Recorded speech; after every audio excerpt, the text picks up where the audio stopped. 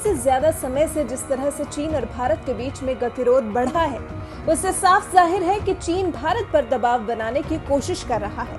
लेकिन ये प्रधानमंत्री नरेंद्र मोदी के नेतृत्व वाला भारत है, जो किसी भी दुश्मन देश के सामने कभी नहीं झुका और ना ही झुकेगा। भारत दोस्ती भी निभाना जानता है और दुश्मनी भी, लेकिन चीन सीमा से अपने सैनिकों को पीछे न हटाकर रोजाना के तौर पर अपनी सेना के दमखम को दिखाने के लिए वीडियोस जारी कर रहा है, जिससे भारत घबराया नहीं है, क्योंकि भारत जानता है कि चीन धमका तो सकता है, दबाव बना सकता है, लेकिन जंग नहीं लड़ सकता। और अभी हाल ही में चीन के एक रक्षा विशेषज्ञ ने भारत की सेना की तारीफ की है।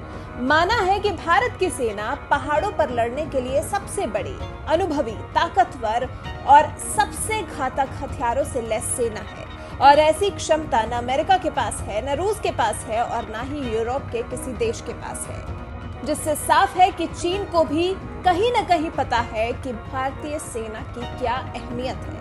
चीन अपनी कमजोरियों से अच्छी तरह वाकिफ है, तभी तो वो लगातार अपने सैन्य बजट में बढ़ोतरी कर रहा है, जो कि $261 बिलियन पहुंच गया है। दुश्मनों को नेस्तनाबूद करने के लिए वीर सैनिकों की भी जरूरत है। कहीं न कहीं चीन को पता है कि उसकी सेना में ऐसे ही जवानों की कमी है।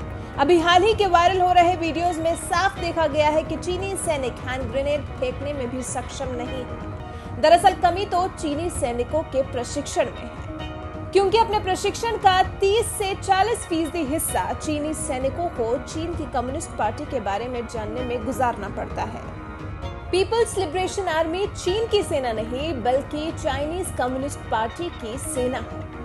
अंदाजा लगाइए कि भारत की हर बड़ी पार्टी की अगर अपनी सेना होने लगे तो देश का क्या हाल होगा, जिसका मतलब ये होता है कि चीन में देश का सिपाही बनने से ज्यादा कम्युनिस्ट पार्टी का वफादार बनना जरूरी होता है। चीनी सेना का जनरल सीसीपी का वफादार होता है, उसके बाद देश हित के बारे में सोचता है। कंपनियों में निवेश करने में और राजनीतिक रसूख को बढ़ाने में चीनी सेना के जनरलों का ज्यादा ध्यान रहता है। कुल मिलाकर चीन की सेना में सियासी दखलंदाजी चीन की सेना को प्रोपेगेंडा सेना में बदल चुकी है। पीएलए अलग नहीं है, वो सीसीपी का ही एक हिस्सा है।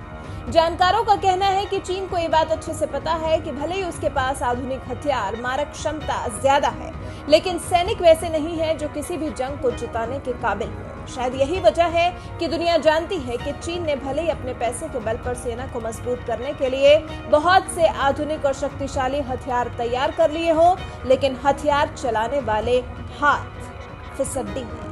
यही सब कुछ वजह है जिनके बल पर कहना आसान है कि चीन भारत तो चाहे कितना ही क्यों न धमका ले, लेकिन असल में उसमें जंग लड़ पाने की या फिर उस जंग को लड़कर जीत पाने की हिम्मत बिल्कुल भी नहीं है। और चीन खुद इस बात को अच्छी तरह समझता है, इसलिए दबाव बनाकर ही अपना सब काम करवाने की कोशिश करता है। जो दबाव भारत पर काम नहीं आ रहा तो वो बौखला रहा है। अब आपको समझ आ ही गया होगा कि क्यों चीन धमका तो सकता है, लेकिन जंग नहीं लड़ सकता।